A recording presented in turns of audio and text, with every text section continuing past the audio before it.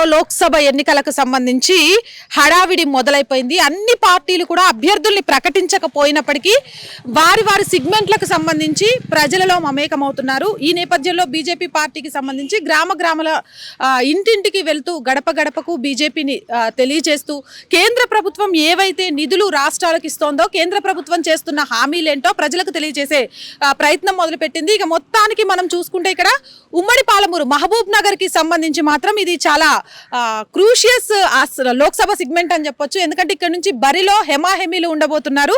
And Mahabub Nagar కి సంబంధించి ఇప్పటికే అధికార పార్టీ నుంచి గత అధికార పార్టీలో ఉన్న నాయకుడు జంపు జలాని అయి పోటీ చేస్తాడని చెప్తున్నారు. ఇటు మహబూబ్ నగర్ లో చూసుకుంటే బీజేపీ నుంచి డీకే అరుణ, జితేందర్ రెడ్డి పేరు వినిపిస్తున్నప్పటికీ ఇక్కడ ఎక్కువగా కార్యకర్తలతో మాత్రం జితేందర్ రెడ్డికి సంబంధాలు ఉన్నట్టుగా కూడా తెలుస్తోంది. మనం మహబూబ్ నగర్ నుంచే మన లోక్సభ ఎన్నికలకు సంబంధించి ప్రజల అభిప్రాయ సేకరణను మొదలుపెట్టాం. ఈ నేపథ్యంలో ఇక్కడ గడప గడపకు బీజేపీ అంటూ కొంతమంది కార్యకర్తలు అయితే కనిపించారు. వాళ్ళతో పాటు ఇక్కడ మిథున్ రెడ్డి గారు కూడా ఉన్నారు. ఒకసారి అడుగుదాం. నమస్తే మిథున్ గారు. ఈ ఊర్లో ఇక్కడ ఈ విలేజ్ లో బాగున్నాను. ఈ రోజు కాదు, గత 15 రోజుల నుంచి నరేంద్ర మోడీ గారి పిలుపు మేరకు గావ్ చలో అభియాన్ అంటే ప్రతి ఒక్క భారతీయ జనతా పార్టీ కార్యకర్త వాళ్లకు అసైన్ చేసిన ఒక్కొక్క గ్రామానికి వెళ్ళి అక్కడున్న పెద్దలతోటి కలిసి, అక్కడున్న కుల పెద్దలను కలిసి, పిల్లలతో కలిసి ఆ స్కూళ్ళను సందర్శించి, అంగన్వాడీలను సందర్శించి, పెద్దవాళ్ళతో ముచ్చటించి నరేంద్ర మోడీ గారి గురించి చెప్పి మన దేశ ప్రధాని ఏ విధంగా మనకు సంక్షేమ పథకాలు అందిస్తున్నారు, దాన్ని మనం ఎట్లా అమలు చేస్తున్నాము అనేది, ఆయన కేంద్రం నుంచి డబ్బులు ఇస్తేనే మనకు అన్ని పథకాలు వస్తున్నాయని వివరించుకుంటా ప్రజల మధ్యలో అంతా తిరుగుకుంటా ఏదో రేపొద్దున పార్లమెంట్ ఎలక్షన్స్ వస్తున్నాయి ఇవి వస్తున్నాయి అన్నట్లు కాకుండా భారతీయ జనతా పార్టీ కార్యకర్త స్వచ్ఛందంగా ఊర్ల పొంటి తిరిగి వాళ్ళ కష్టాలు తెలుసుకొని వాళ్ళకు పెన్షన్లు వస్తున్నాయా లేకపోతే వాళ్ళకు ఆయుష్మాన్ భారత్ కార్డు వచ్చిందా లేదా అని వివరాలు కనుక్కొని అవి సేకరించుకొని దాంతోపాటు ఇలా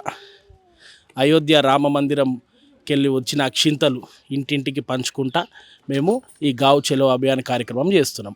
రైట్. మేము మహబూబ్ నగర్కి సంబంధించి ఆల్రెడీ మా ఛానల్లో లోక్సభ సిగ్మెంట్లకు సంబంధించి కూడా అభ్యర్థులకు సంబంధించి కొంత సర్వేతో అనౌన్స్ చేశాము.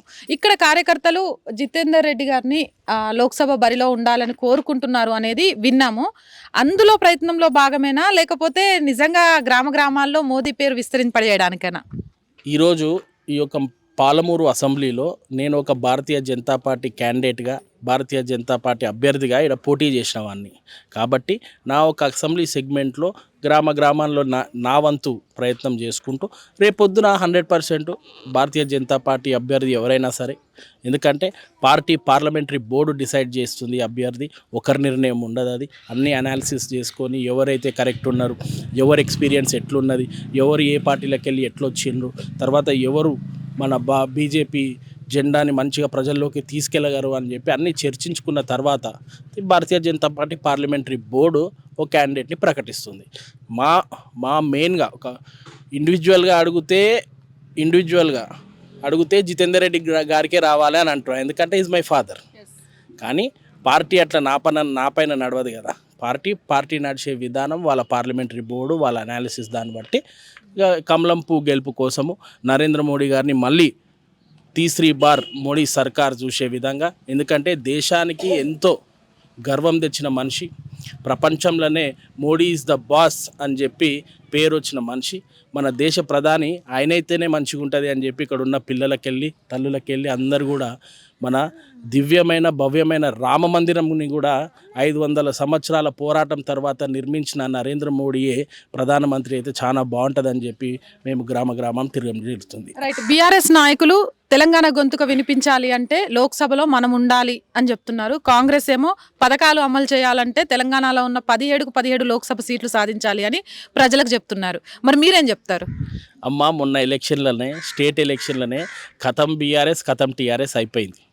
కేసీఆర్ గారు ఏ రోజైతే టీఆర్ఎస్ని బీఆర్ఎస్గా మార్చిండ్రో తెలంగాణ మీద ఆయనకున్న చిత్తశుద్ధి అనేది ప్రజలకు తెలిసిపోయింది. ఇప్పుడు నడిచేది పార్లమెంట్ ఎలక్షన్లో వార్ కంప్లీట్లీ వన్ సైడ్ కాబోతుంది. 400 పైన సీట్లు భారతీయ జనతా పార్టీ నరేంద్ర మోడీ గారికి రాబోతుంది.